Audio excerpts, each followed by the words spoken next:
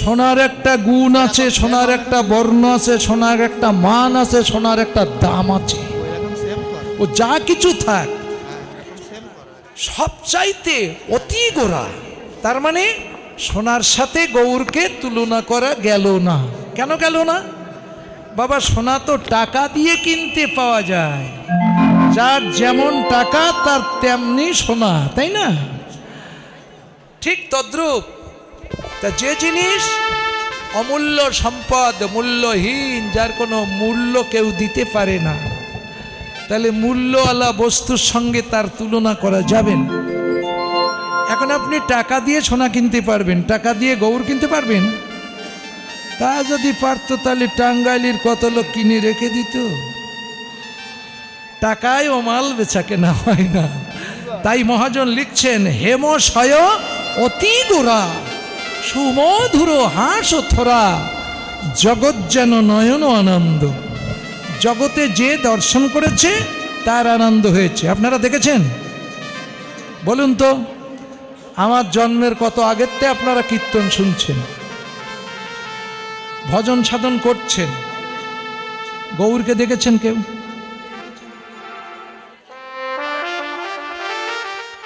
গৌরকে দেখেছেন? দেখেছেন, কিন্তু ঠিক করতে পারছেন না। এই না ওই দূর, এইরকম হয় নাকি? এইরকম হয়? তাহলে এবার শাস্ত্র শোনেন। শাস্ত্র মানেন তো? শাস্ত্র ছাড়া কুকল্পনা, তারে পাষণ্ড বুঝায়।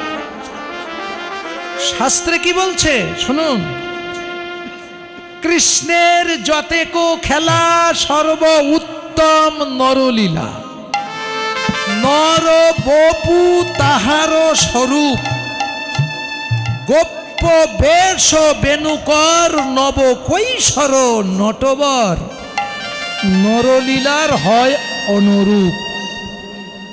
বোঝেন এ কথাটা? এ তো আপনাদের মুখস্থ চৈতন্য চরিতামৃতের কথা, পাগলেও বুঝতে পারছে। তাহলে মানেন? শাস্ত্র মানেন কি? শাস্ত্র যদি মানেন তাহলে গৌর দেখতে আর কারো বাকি নেই। আর শাস্ত্র যদি না মানেন তাহলেও গৌর দেখা হয়নি। কি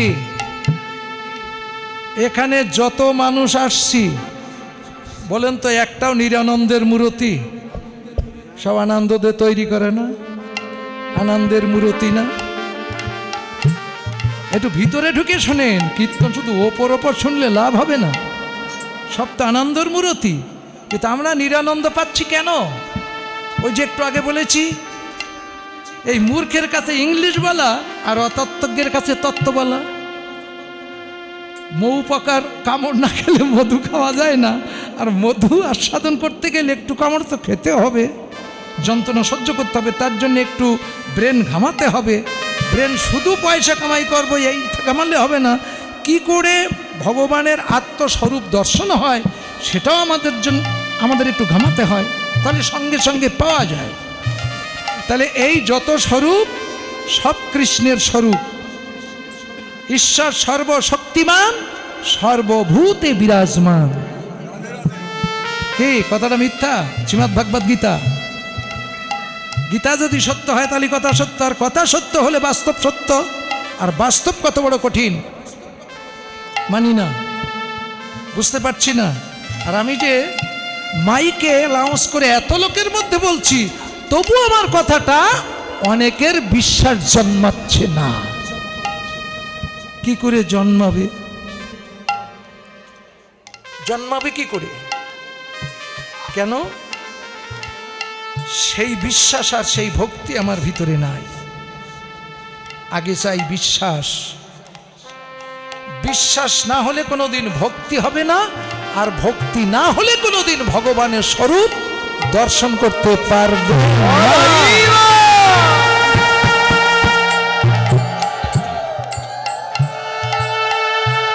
ও মেয়েরা, বিশ্বাস কেমন জিনিস একটু বলবো? মার সঙ্গে মামার বাড়ির গল্প বারবার বলা ভালো লাগে না, তবু বলতে হবে। শোনেন, একদিন কথায় কথা বেরিয়ে যায়, মানে এই জায়গার কথাটা মাথায় রেখেন যে বিশ্বাস আমাদের কেন হয় না। মানুষ এখানে সবাই সবার বিশ্বাস একরকম না কেন, সবার ভক্তি একরকম না কেন, কারণটা কি? নারদ শ্রীকৃষ্ণ ভগবানকে বলছেন যে প্রভু, কুরু এবং পাণ্ডবেরা দুইজনেরা তোমার আত্মীয়, আপনজন তোমার, কিন্তু তুমি পাণ্ডব পক্ষ অবলম্বন করলে কুরুপক্ষে গেলে না কেন? স্বাভাবিক কথা।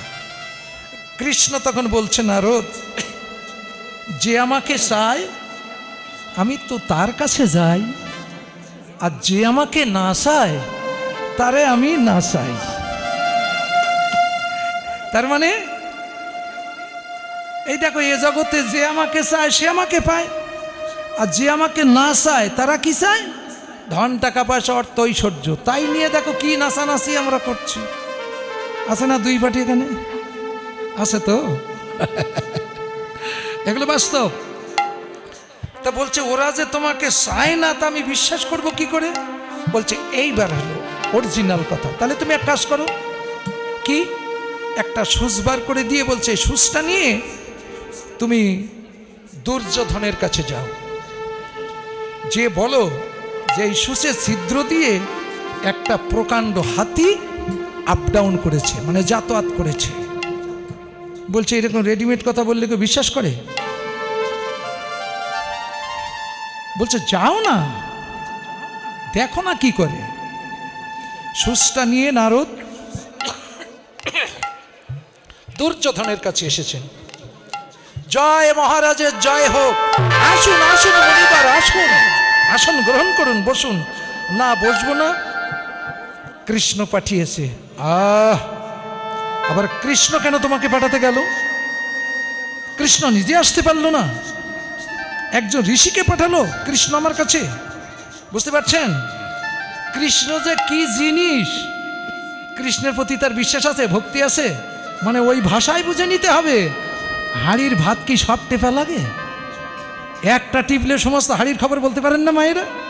ঠিক তদ্রূপ সনাতন ধর্মের তত্ত্বগুলো এরকম, একটা কথার পয়েন্টের এসে গেলে ওই একটা কথাই বুঝে নিতে হবে যে দৌড় কত দূর। তা না হলে সনাতন ধর্ম বোঝা যায় না। তাহলে কত ধীর মস্তিষ্কের প্রয়োজন আছে শুনুন। তা বলছে কেন পাঠিয়েছে? মহারাজ এই সুচটা দিয়ে পাঠিয়েছে। সুচ কেন? মহারাজ এই সুচের ছিদ্র দিয়ে একটা প্রকাণ্ড হাতি আপ ডাউন করেছে, তাই আপনাকে দেখাতে পাঠিয়েছি। এই কে আছিস? মুনিকে বেঁধে ফেল, ওর মাথা খারাপ হয়ে গেছে, বেঁধে রাখ। নারদ বলছে সর্বনাশ করেছি মহারাজ, আমাকে আর বাধাবাধির দরকার নাই, আপনি আমাকে সুচটা দেন, আমি চলে যাচ্ছি। সুচটা দেন।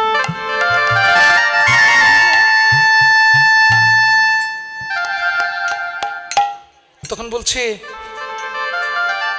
সুচটা নিয়ে চলে এসেছেন কৃষ্ণের কাছে। কি নারদ বিশ্বাস করেছে?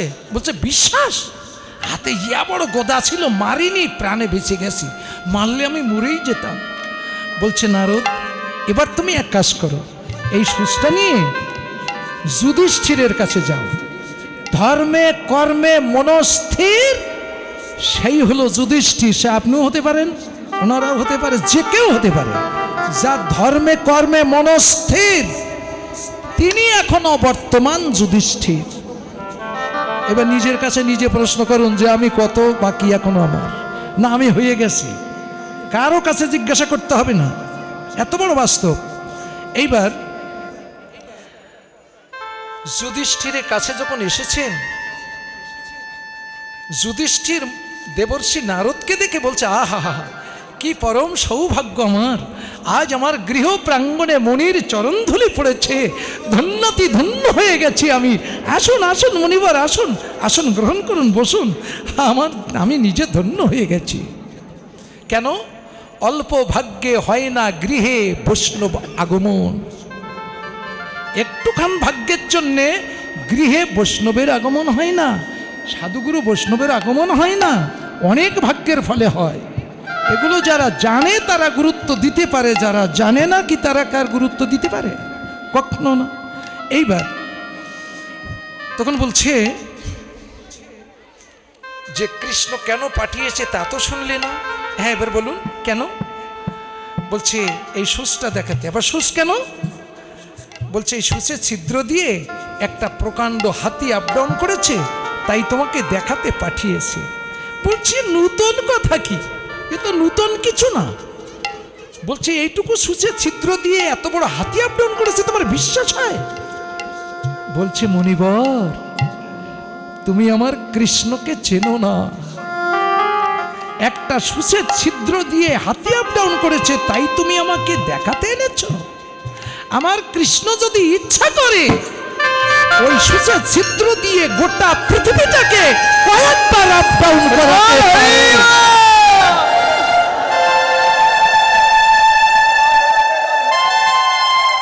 বলছে দেবর্ষি নারদ তখন বলছে যুধিষ্ঠির, তুমি বাবা একটু দাঁড়াও, আমি তোমাকে একটা প্রণাম করি। না না, কি বলছেন? এ কথা শোনা আমার বাপ। না না বাবা, সারা জীবন বিনা বাজিয়ে যে ভক্তি বিশ্বাস আমি অর্জন করতে পারিনি, আমার চেয়ে অনেক ভক্তি বিশ্বাস তোমার কাছে আছে বাবা। তাই শোনা, তোমাকে একটা প্রণাম করে একটু ভক্তি আদান প্রদান করি। তখন বলছে না না, আপনি ওই কাজ করবেন না। কৃষ্ণের সঙ্গে দেখা হলে আস্তে আস্তে তুমি একটু আমার হয়ে কৃষ্ণকে বলো। কি বলবো? বলবে সে আমার সুখে রাখুক কিংবা দুঃখে রাখুক, সে যত দুঃখে রাখুক, সে যেন আমাকে একটু মনে রাখে। আমি আর কিছু চাই না। অনেকে তো অনেক কিছু চাই, আমার কি কারোর মনের মানুষ হতে পারছি না? কেউ আমার মনের মানুষ পৃথিবীতে আছে? নিজের কাছে নিজে একটু প্রশ্ন করে দেখুন তো। স্বয়ং ভগবান সে যদি মনে রাখে, তাহলে কি আর ভক্ত ছাড়া ভগবান কখনোই থাকে? এগুলো বাস্তবই। এবার ফিরে এসেছেন। ফিরে আসলে দেখেছ নারদ, এরাও আমার আত্মীয়, এরাও আত্মীয়।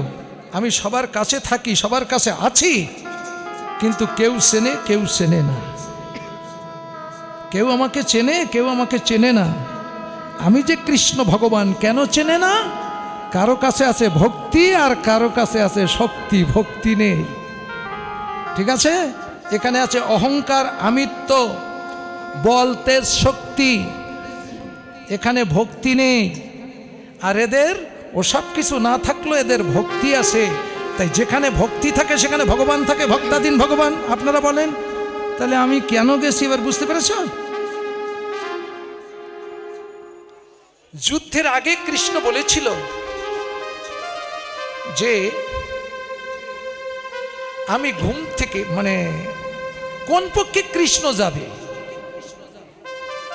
তা কৃষ্ণ বলেছিল যে আমি দ্বারকায় যেয়ে ঘর বেঁধে শুয়ে থাকবো, ঘুম থেকে উঠে প্রথম যাকে দেখবো আমি সেই পক্ষ নেব। রাজনীতি এখানে শেখা লাগে, মহাভারতের কাহিনী। ভারত, মহাভারত, এগুলো আমাদের জানতে হয়। এইবার কৃষ্ণ ঘর বেঁধে শুয়ে আসে, মাথার কাছে একটা সিংহাসন দিয়ে রেখেছে আর পায়ের কাছে একটা কুশাসন দিয়ে রেখেছে। কথাগুলো শুনিয়ে রাখুন, ভবিষ্যতে কাজে লাগবে। এইবার কৃষ্ণ কিছুক্ষণ ঘুমিয়ে থাকার পরে দুর্যোধন এসেছেন। দুর্যোধন রাজাও না, তো কাজ টাজ নেই। এসে দেখে কৃষ্ণ শুয়ে আছে, পার কাছে কুশাসন পাতা, মাথার কাছে সিংহাসন পাতা। বলুন তো কোন জায়গায় বসবে?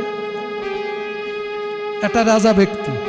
এখন যদি কোনো এমপি, মন্ত্রী, ওই রকম কোনো উপর লেভেলের অফিসার আসে আমাদের এখানে, বলুন তো এই ছেঁড়া পাট চটে বসবে না চেয়ার টেবিল যেখানে ফিট করে সেখানে বসবে? চেয়ার টেবিলই বসবে।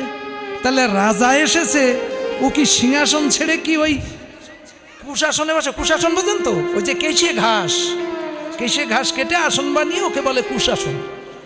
ওটা সাধুরা ব্যবহার করে, অন্য সবাই করে না। ওখান পেতে রেখেছে, ওখানে বসবে না। এখানে বসে আছেন, বসে পায়ের ওপরে পা তুলে ফিরফির করে নাচাচ্ছে, তাতেও সুখ হচ্ছে না। একটু পা মোড়াচ্ছে, পায়ের তলায় হাত বুলাচ্ছে। দুর্যোধনের পায়ের ধুলো কৃষ্ণের মাথায় গিয়ে ঝরঝর করে পড়ছে। স্বর্গ থেকে দেবগণ ডেকে বলছে, দুর্যোধন তোমার পাখানা সরাও। বিশ্বের স্রষ্টা সৃষ্টিকর্তার মাথায় তোমার পায়ের ধুলো পড়ছে, আমরা সহ্য করতে পারছি না, তোমার পাখানা সরাও। মূর্খ রাজা বোঝে নাকি? কিছুক্ষণ বাদে অর্জুন এসেছেন। অর্জুন এসে দেখে দুর্যোধন বসে আছে। কৃষ্ণ করুণায়, এই অর্জুন করুণায় ভেঙে পড়লেন। বুঝি আমি কৃষ্ণকে পাবো না, কেননা আমার কৃষ্ণ মুখ দিয়ে যেটা বলে সেটাই সত্য। কৃষ্ণ বলেছিল যে আমি প্রথম যাকে দেখবো আমি সেই পক্ষ নেব।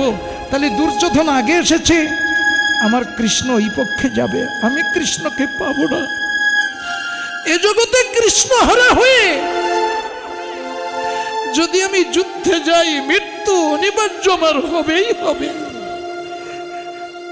এই জীবনে তো আর কোনোদিন সুযোগ পাবো না। আজকে আপাতত যখন বেঁচে আছি, কৃষ্ণের চরণ দুটি একটু সেবা করে যাই। আর হয়তো এ জীবনে কোনোদিন আমার কৃষ্ণের চরণ সেবা হবে না।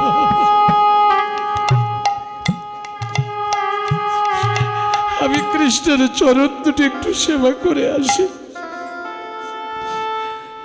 পায়ের কাছে কুশাসন পাতা আছে, কুশাসনে বসে কৃষ্ণের চরণ দুটি বুকের মাঝে জড়াইয়ে ধরে আর্তনাদে করে কেঁদে কেঁদে বলছে, হে গোবিন্দ,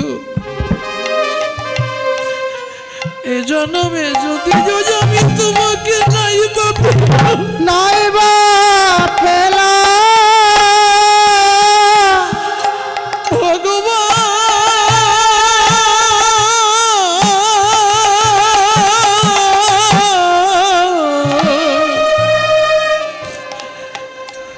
যদিও তোমাকে এ জীবনে পেলাম না,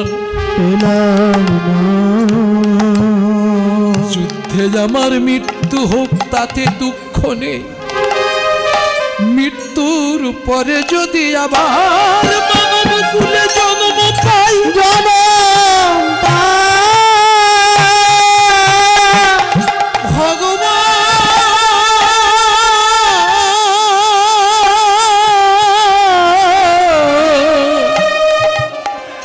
সেদিন যেন আমি একটা কৃষ্ণ ভক্তিমতী মায়ের গর্ভে জন্ম নিতে পারি।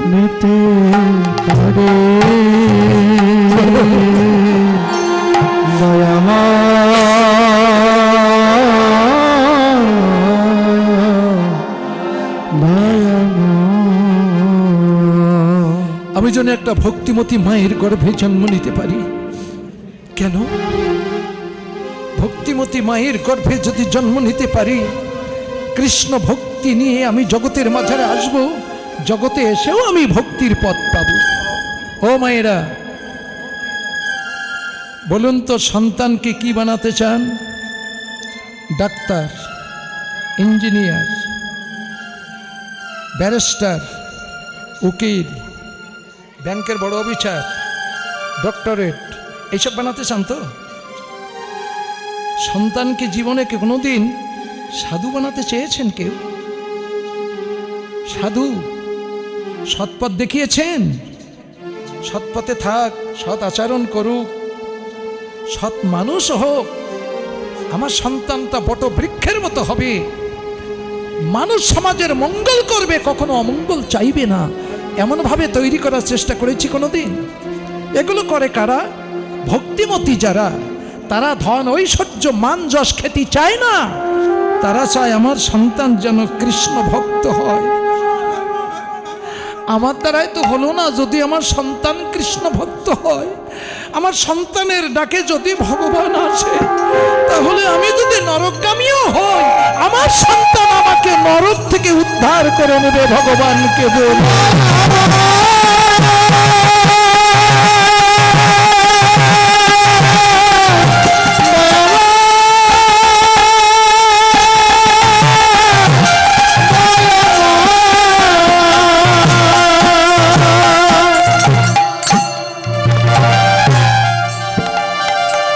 কৃষ্ণ ভক্তি মায়ের বাঞ্ছা থাকে,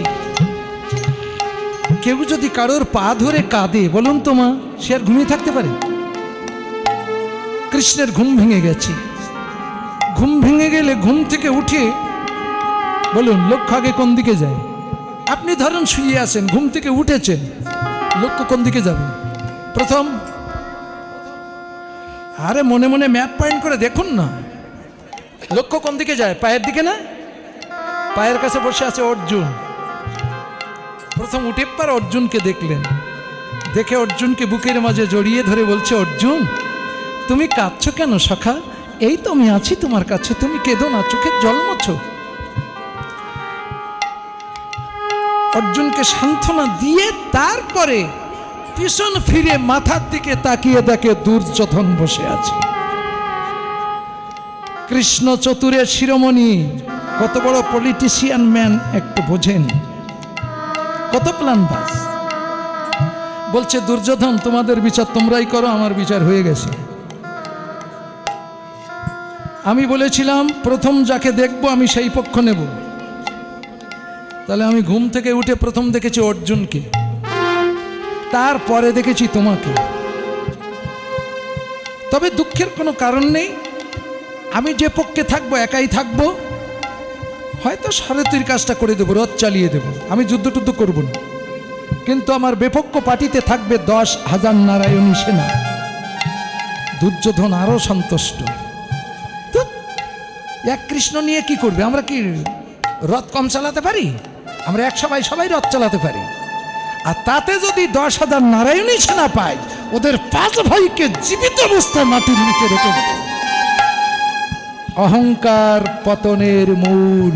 অহংকার কিভাবে প্রবেশ করে মানুষের মধ্যে? কথাগুলো শুনুন আর নিজেকে দিয়ে বিচার করুন, কারো দোষ দিলে হবে না। এইবার আগামীকাল যুদ্ধ। যুধিষ্ঠির গেছে গান্ধারীর কাছে, জেঠিমা, ও জেঠিমা। কে? আমি যুধিষ্ঠির। যুধিষ্ঠির, কেন এসেছিস তোরা আমার কাছে? তোরা আমার শত্রু, এসেছিস কেন আমার কাছে? করজোড়ে কেঁদে বলছে, জেঠিমা এখনো শত্রু হয়নি, কেননা আগামীকাল যুদ্ধ, আগামীকাল শত্রু হব, তাই যুদ্ধে যাওয়ার আগে আশীর্বাদ নিতে এসেছি। জেঠিমা আশীর্বাদ করুন, যুদ্ধে মৃত্যু হোক, পরবর্তীতে যদি মানুষ কুলে জন্ম পায়, যেন তোমাদের মতো গুরুজনকে সেবা করবার মতো মন মানসিকতা নিয়ে জন্ম নিতে পারি, সেই আশীর্বাদ করো জেঠিমা। আর কিছু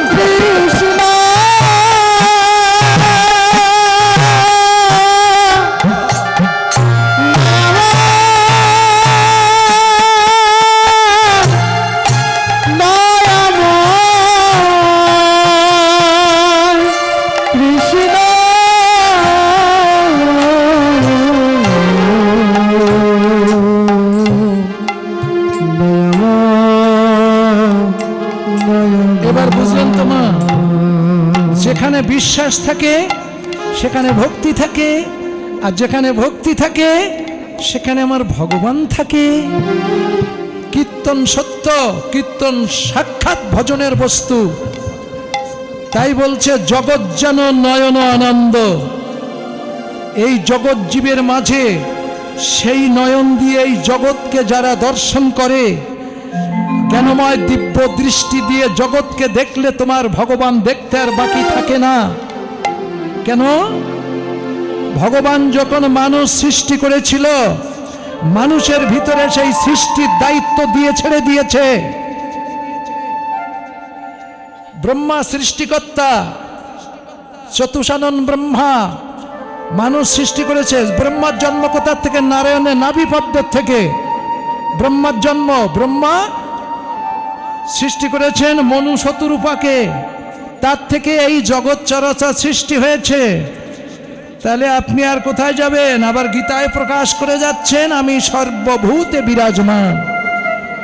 সনাতন ধর্মে যত বেদ পুরাণ যাই থাক, ওই যে মাটির থেকে আর এই পর্যন্ত, এর বাইরে সনাতন ধর্মের কিচ্ছু নাই।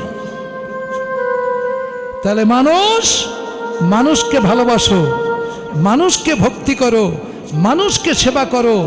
পূজা করতে হয় মানুষকে পূজা করো, মা বাবার চরণ পূজা করো, গুরুজনের চরণ পূজা করো, তাদের সেবা করো, ভালোবাসো, আশীর্বাদ নাও। তাদের আশীর্বাদে তোমার জগতে মঙ্গল হবে। যে কথা বলতে পারে যে ভগবান, তোমরা তাকে ঘৃণা করে তুচ্ছ তাচ্ছিল্য করে মাটি কাগজে আঁকানো ভগবানকে ভক্তি লাগাচ্ছ। এখনো কত দূরে সরে আছি, এগুলো বাস্তব। যদি সঠিক হতো, বাস্তব বাদ দিয়ে আমরা অবাস্তব নিয়ে টানাটানি করি, আমাকে দেখতে পাবেন না, আপনারা পারবেন না। আমার কথা এরকমই। এখানে যদি আপনাকে কেউ মেরে ফেলে, আপনি ভগবান ভগবান করে মাথা খুঁটুন, ওই ফটো ফেটে ভগবান বেরিয়ে আপনার বাঁচাবে না। মন্দির থেকে ভগবান বেরিয়ে এসে আপনাকে বাঁচাবে না। বাঁচায় যদি এই সব জ্যান্ত ভগবান, এরাই বাঁচাতে পারে, এরাই আপনাকে রক্ষা করতে পারে। ভগবানকে তুচ্ছ তাচ্ছিল্য করে ঘৃণার চোখে দেখো, এটাই কি মানবতা? এটাই কি মনুষ্যত্ব? না। এই মানুষের ভিতরে হিংসা, নিন্দা, অহংকার ঢুকিয়ে দিয়েছে কারা? এই মানুষেরা। এরা উঁচু জাত, এরা নিচু জাত, এরা ছোট জাত, জাতাজাতি, দলাদলি, পাটাপাটি, ফাটাফাটি করে মানুষে মানুষে দ্বন্দ্ব করে সনাতন আজকে অন্ধকারের পথে বিলুপ্ত হয়ে গেছে। মানুষকে ভালোবাসতে পারো, যতই এখানে ভাব দেখাও, এখান থেকে প্যান্ডেলের বাইরে গেলে এই ভাব আর থাকে না। আজ 45-48 বছরের অভিজ্ঞতা আমার নাম ছোট হরিদাস। এতটুক বেলা থেকে আমি কীর্তন গাই, 10-12 বছর বয়স থেকে। বাংলাদেশ স্বাধীনের পরপরই আমি কীর্তন গাই।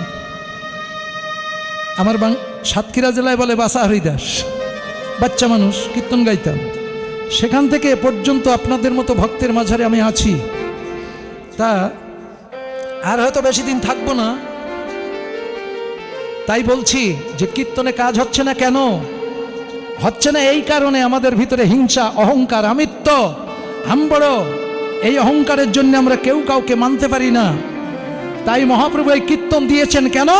উঁচু নিচু, কুলীন অকুলীন সবাইকে এক জায়গায় করে সবার চরণে মাথা নত করাটা শিখিয়েছে গৌরাঙ্গ মহাপ্রভু। মাথা নত করো, অহংকারের উঁচু মাথা আগে নামো, অহংকারের মঞ্চ থেকে নামো, তারপর হরি নামো। হরি নামে পাপ উদ্ধার হবে। যদি তুমি অহংকারে মঞ্চে বসে থাকো, কোটি জন্ম করো যদি নাম সংকীর্তন, তথাপি না পাবে ব্রজের ব্রজেন্দ্র নন্দন। অহংকারের মঞ্চ থেকে নেমে এসে একবার নামে যত পাপ হবে, এতকির সাধ্য নাই তত পাপ করে। কথাগুলো মাথায় নিয়ে রেখেন, কেমন?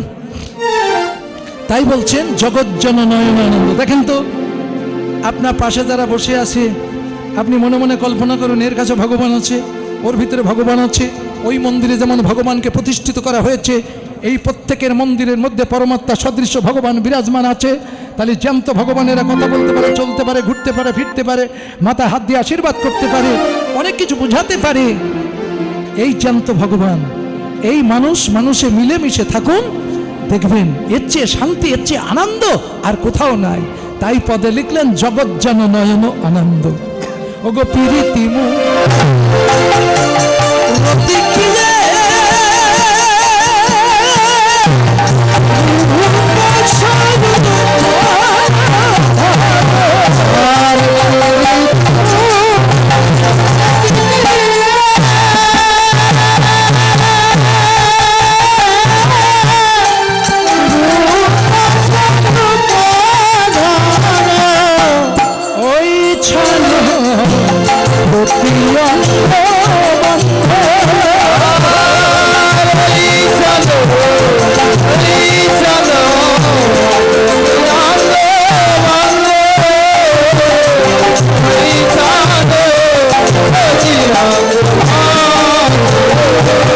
প্রতি অঙ্গে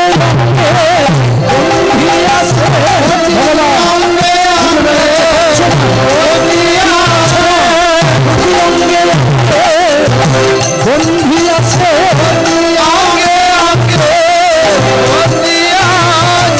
আমার মন্দিরেতে ভগবান আছে মানব দেহ মন্দিরে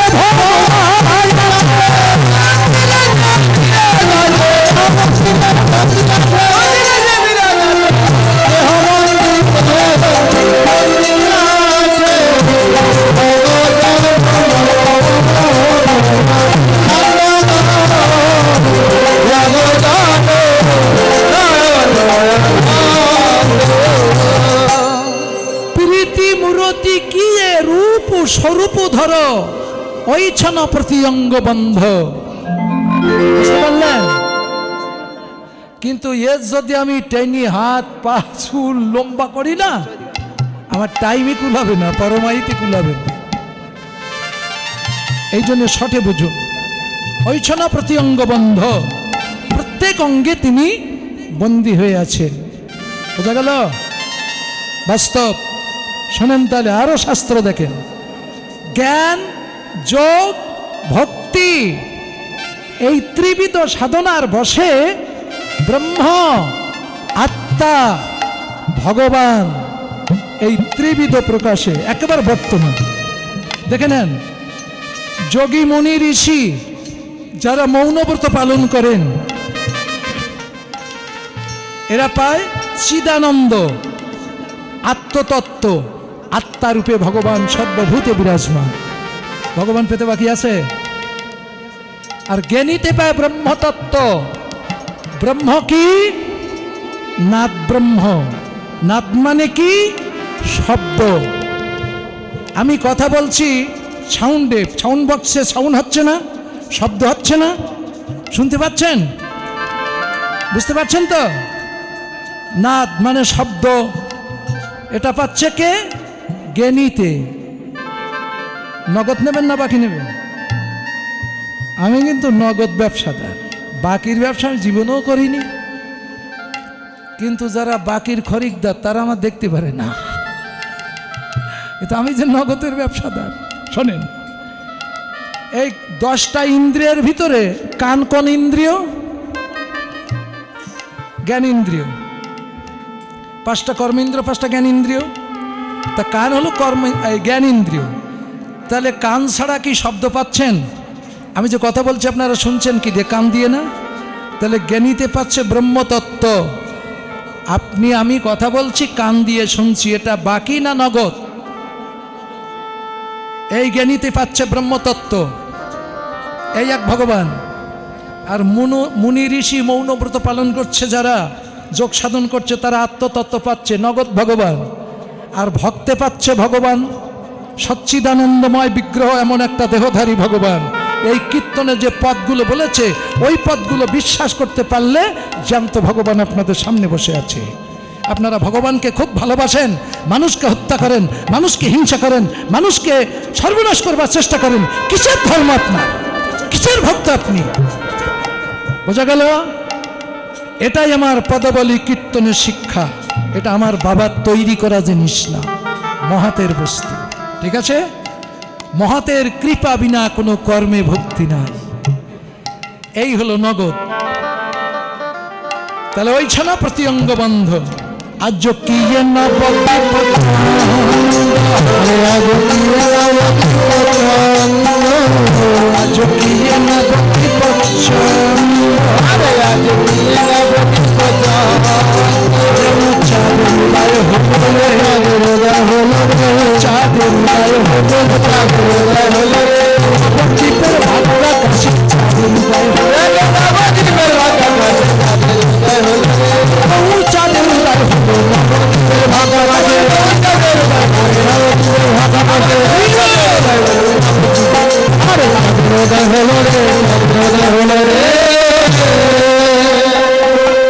ও মায়েরা, পিছনের মায়েরা ফাঁকি দিচ্ছ কেন?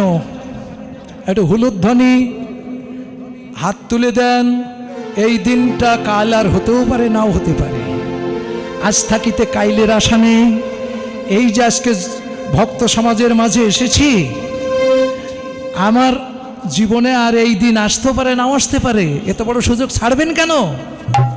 বুকে একটু হলুদ ধ্বনি হরিদ ধ্বনি হাত দুগুনা তুলে দেন। হাত তোলা মানে কি? হাত তোলা মানে আমার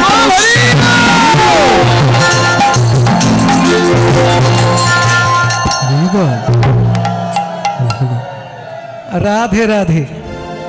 হাত তোলার অর্থ কি জানেন? আমাদের গতি হলো নিচের দিকে। আমরা সব কলিজীব উদ্ধার হতে এসেছি না।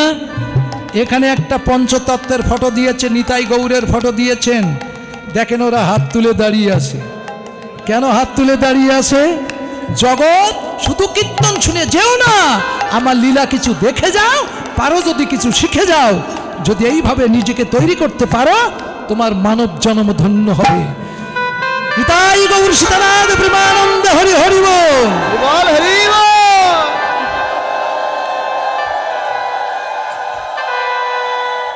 জয় রাধে। ঠিক আছে, এক আদেশে চলে যারা, তাদের নিয়ে সমাজ গড়া। যারা এক আদেশে চলে না, তাদের নিয়ে সমাজ গড়া যায় না, সমাজ গঠন হয় না, সমাজ ভেঙে চুরমার হয়ে যায়। তা আজকে আজুকিয়ে নবদ্বীপ চন্দ্র, চন্দ্র মানে চাঁদ। আকাশে চাঁদ ওঠে না মা? হ্যাঁ মা, আমার দিকে ফেরো। আকাশে চাঁদ ওঠে তো। পূর্ণিমা আসতে গেল। কি পূর্ণিমা যেন? রাস পূর্ণিমা। বাহ, রাস পূর্ণিমা আসছে সামনে, পূর্ণিমার চাঁদ। আচ্ছা, ওই চাঁদ কি ওইরকম পরিপূর্ণ থাকবে? থাকবে না। কেন? পূর্ণিমার দিন পূর্ণ আকার ধারণ করে প্রতিবাদ থেকে রতি রতি ক্ষয় হয়। প্রতিবাদ দ্বিতীয়া, তৃতীয়া, চতুর্থ, পঞ্চমী, ষষ্ঠী, সপ্তমী, অষ্টমী, নবমী, দশমী, একাদশী, দ্বাদশী, ত্রয়োদশী, চতুর্দশী, আবার অমাবস্যা, তাই না? তাহলে আবার ঘোর অন্ধকার, চাঁদ আর খুঁজে পাওয়া যায় না। ওই চাঁদের ক্ষয় হয়, আর আমার গৌর চাঁদের কোনো ক্ষয় নেই। তাই গগনের চাঁদের সঙ্গে গৌর চাঁদের তুলনা করলে ছোট হয়। তথাপিও চাঁদ বলল কেন? বলল এই কারণে,